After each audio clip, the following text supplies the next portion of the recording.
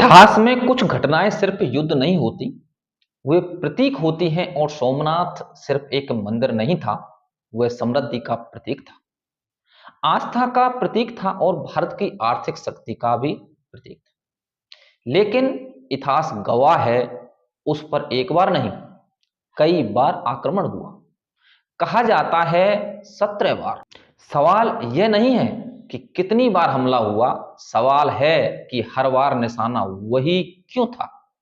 सोमनाथ अरब सागर के किनारे खड़ा था, व्यापार का मार्ग वहीं से गुजरता था, समृद्धि वहीं थी, दान वहीं था, सोना वहीं था। लेकिन क्या सिर्फ सोना किसी स्थान को इतना बड़ा लक्ष्य बना देता है? सोमनाथ आस्था का केंद्र था, और आस्था किसी भी समाज की सबसे बड़ी ताकत होती है।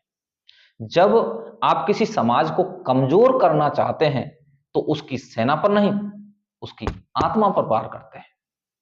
मंदिर तोड़ा गया, प्रतिमा तोड़ी गई, धन लूटा गया, लेकिन हर बार कुछ और भी टूटा, वो था विश्वास। और फिर भी हर बार सोमनाथ फिर से बना।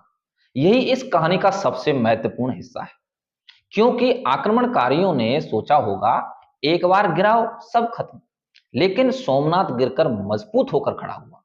यह सिर्फ पत्थरों का ढांचा नहीं था, यह एक घोषणा थी कि आस्था को मिटाया नहीं जा सकता। इतिहास को अक्सर सिर्फ तिथियों में बांट दिया जाता है, लेकिन सोमनाथ एक तिथि नहीं है, वह एक संघर्ष है।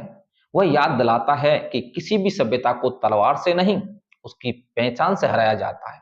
और अगर पहचान जिंदा रहे तो सभ्यता फिर उठ खड़ी होती है। आज सोमनाथ फिर खड़ा है, लेकिन सवाल है कि क्या हम उस इतिहास को समझते हैं या सिर्फ भावनाओं में उसे दोहराते हैं? क्योंकि इतिहास का उद्देश्य घृणा पैदा करना नहीं होता, इतिहास का उद्देश्य स्मृति बचाना होता है। और जो समाज अपनी स्मृति खो देता है, वह अपनी दिशा भी खो देता है। सोमनाथ सिर्फ आक्रमणों की कहानी नहीं है, वह पुनर्निर्माण की कहानी है। यह कहता है कि तोड़ना आसान है, लेकिन बार बार उठना सभ्यता की पहचान है।